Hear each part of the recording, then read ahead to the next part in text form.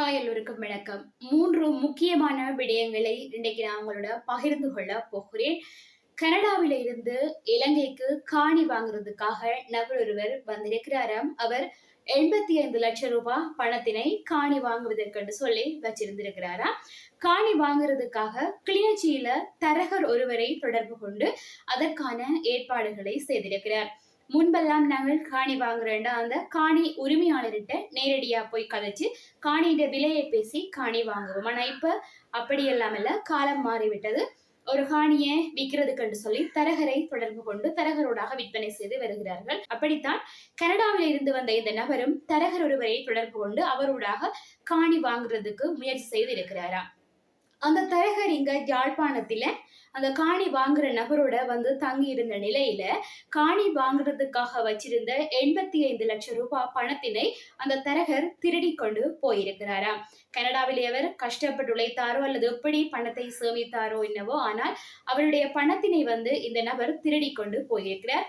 ஒருவர் கஷ்டப்பட்டு உழைத்த பணத்தினை அவருக்கு தெரியாமல் திருடி கொண்டு போறது மிக மிக மோசமான செயல். நாங்கள் எப்பவுமே உழைத்து வாழ பழக வேண்டும். அடுத்தவருடைய பணத்தினை சுரண்டி ஏமாத்தி பெற்றுக்கொண்டு அவர்களுக்கு மோசடி செய்து நாங்கள் வாழுவது அது ஒரு நல்ல வாழ்க்கையாக இருக்காது. எப்படியும் அந்த பாவம் எங்களுக்கு பின்னர் வந்து ஒரு ஆள்கிட்ட பணத்தை திருடி நல்லபடியாக அதுல சந்தோஷமாக செலவழித்து நல்லபடியாக வாழுவோம் என்றால் அது அந்த கொஞ்ச நாளைக்கு சந்தோஷமாக இருக்கும். கட்டாயம் பின்னர் நாங்கள் செய்ததற்கான பின் விளைவுகளை எப்பவுமே அனுபவிக்கும் நிலை கட்டாயம் ஏற்படும்.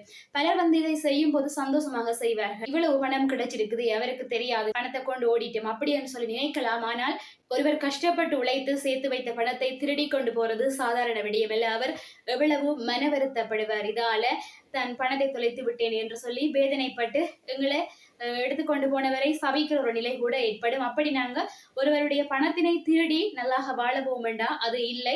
யாருடைய பண்பொருள் பணம் எதுக்குமே நாங்க ஆசைப்படக்கூடாது. இருக்கிறதை வைத்துக் கொண்டு நாங்கள் உழைத்து வாழ பழகி கொள்ள வேண்டும். அது எப்பவுமே எங்களுக்கு ஒரு சந்தோஷத்தை கொடுக்கும். கஷ்டத்துல இருந்தாலும் அதுதான் எப்பவுமே எங்களுக்கு நிலையான ஒரு சந்தோஷம். அடுத்தவருடைய சொத்துக்கள் அடுத்தவருடைய பணத்திற்கு நாங்கள் ஒருபோதுமே ஆசைப்படக்கூடாது. ஆனா இப்ப அப்படி இல்லை. எல்லாரையும் ஏமாத்துறது, நான் உங்களுக்கு கட்டாயமாக இதை வாங்கி தருவேன், இதை செய்து தரேன், சில பேர் வந்து முன்கூட்டியே பணத்தை பெற்றுவிட்டு ஏமாத்தி கொண்டு திரிகிறார்கள். இதனால அவர்கள் நல்லா வாழ்வார்கள் என்றால் இல்லை.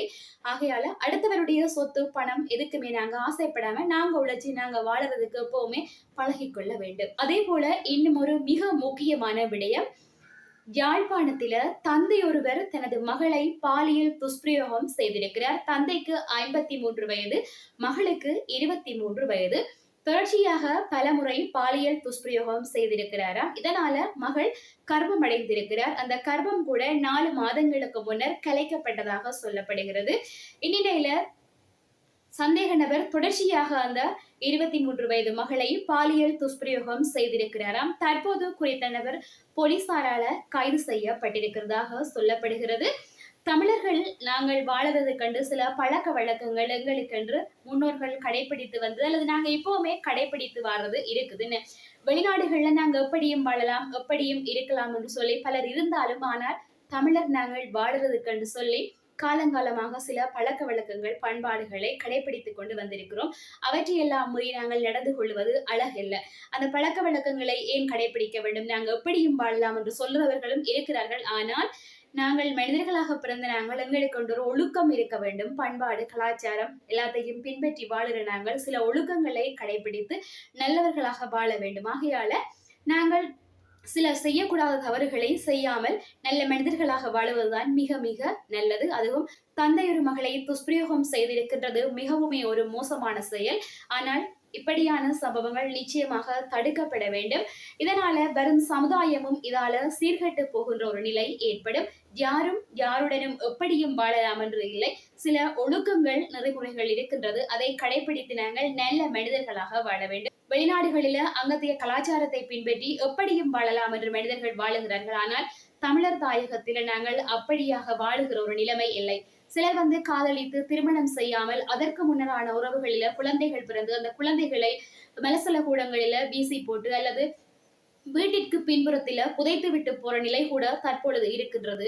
ஆனால் வெளிநாடுகளில அப்படி இல்லாத சட்டங்கள் இருக்கின்றது. அதற்கு அஞ்சி அவர்கள் அப்படியான தவறுகளை செய்வதில்லை. ஆனால் இங்கே அப்படி இல்லை. சட்டங்கள் இருக்கிறது தான். ஆனால் குழந்தையை பிரசவித்த உடனே அதை எப்படியாச்சும் மறைக்கணும், அதை நாங்க எங்களுக்கு ஒரு அவமானம் நினைச்சு அந்த குழந்தையை உயிரை கொல்லுகிறார்கள். ஆனால் அப்படியெல்லாம் செய்யாமல் நாங்கள் சரியாக நல்லபடியாக பெற்றெடுக்கிற குழந்தைகளை நல்லதாக வளர்க்கணும் என்றால் நாங்கள் தவறுகளை செய்யாமல் சரியான பாதையில நடந்து நல்ல ஒழுக்கத்தை கடைபிடித்து வாழ்ந்தால் யாருக்குமே அது பாதகமான விளைவுகளையும் கொடுக்காது. வருங்கால சந்ததியினருக்கும் அது ஒரு நல்ல வழிகாட்டியாக அமையும். அதை விட்டு நாங்கள் எப்படியும் வாழலாம் என்ற போக்கில வாழுவது மிக மிக தவறான விடயம் என்னை பொறுத்தவரையில். ஆனால் மற்றவர்களுக்கு அது எப்படியோ தெரியவில்லை.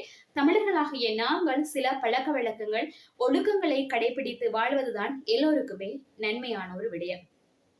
அடுத்தது பாத்தீங்கன்னா இன்னும் ஒரு முக்கியமான விடயம், இதுதான் மிக முக்கியமான விடயம் என்று சொல்லலாம். இலங்கையில 21ஆம் திகதி ஜனாதிபதி தேர்தல் நடைபெற இருக்கின்றது. இதுல சில வேட்பாளர்கள் முன்னணி வகித்துக் கொண்டிருக்கிறார்கள். கிட்டத்தட்ட 39 வேட்பாளர்கள் இந்த தேர்தலில களமிறங்கி இருக்கிறார்கள். இதுல ஒரு 3-4 வேட்பாளர்கள் முன்னணியில தற்போது இருந்து கொண்டிருக்கிறார்கள். தேர்தல் பிரச்சாரங்களும் அமோகமாக இடம்பெற்றுக் கொண்டிருக்கிறது. இந்த தேர்தலில போட்டியிடுகிற ஜனாதிபதி வேட்பாளர் ஒருவர் இந்தியாவில இருந்து மலையாள மாந்திரிகர்கள் 3 இலங்கைக்கு அழைத்து வந்திருக்கிறாரா.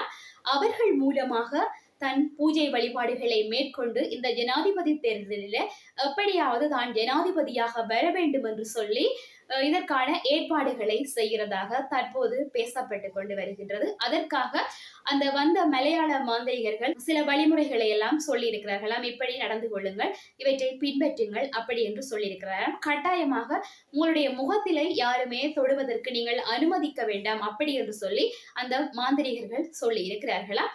ஜனாதிபதி தேர்தலில் நானா நீயா வெல்ல வேண்டும் அப்படி என்று சொல்லி இப்போ போட்டி அமோகமாக நடந்து கொண்டிருக்கிறது. அந்நிலையில தான் இந்த பதவியை வகிக்க வேண்டும் என்பதற்காக ஒரு ஜனாதிபதி வேட்பாளர் இப்படியான ஒரு செயலில இறங்கி இருக்கிறாராம். என்னதான் நாங்கள் படித்து கல்வி அறிவுள்ள சமூகமாக வளர்ந்து கொண்டிருந்தாலும் ஒரு சில விடயங்களில இப்படியான விடயங்களை பின்பற்றுவது வளமையாகத்தான் இருக்கிறது. சாதாரண மக்கள்ல இருந்து பெரிய நிலையில உள்ளவர்கள் வரைக்கும் அதை கடைபிடித்துக் கொண்டுதான் வாரார்கள். சில பழக்க வழக்கங்கள் பண்பாடுகள் எங்களுக்குள்ளேயே ஒன்றி போன ஒரு விடயம். அதனை நாங்கள் சாதாரணமாக கடைபிடிக்க வேண்டும். அதற்குள்ள ஒன்றி ஆழமாக போனால்தான் அது பாரிய பிரச்சனைகளை கொடுக்கும். நான் இதுல கூறின 3 விடயங்களும் பயனுள்ளதாக இருக்கும் என்று நம்புகிறேன். ஒருவருடைய சொத்துக்களையோ பணத்தையோ நாங்கள் ஆசைப்பட்டு களவெடுத்து வாழுவது மிக மிக தவறான விடயம். அடுத்தது பாத்தீங்கன்னு சொன்னா தமிழர்களாக பிறந்த நாங்கள் எங்களுக்கென்று சில பழக்க வழக்கங்கள் ஒழுக்கங்கள் பண்புகள் எல்லாம் இருக்கின்றது. அதை கடைபிடித்து நல்ல மனிதர்களாக இந்த பூமியில வாழ வேண்டும். அடுத்தது பாத்தீங்கன்னா இலங்கையின் ஜனாதிபதி தேர்தல் ஜனாதிபதி வேட்பாளர். நான் கூறிய விடயங்கள் உங்களுக்கு பிரயோசனமாக இருக்கும் என்று நினைக்கிறேன்.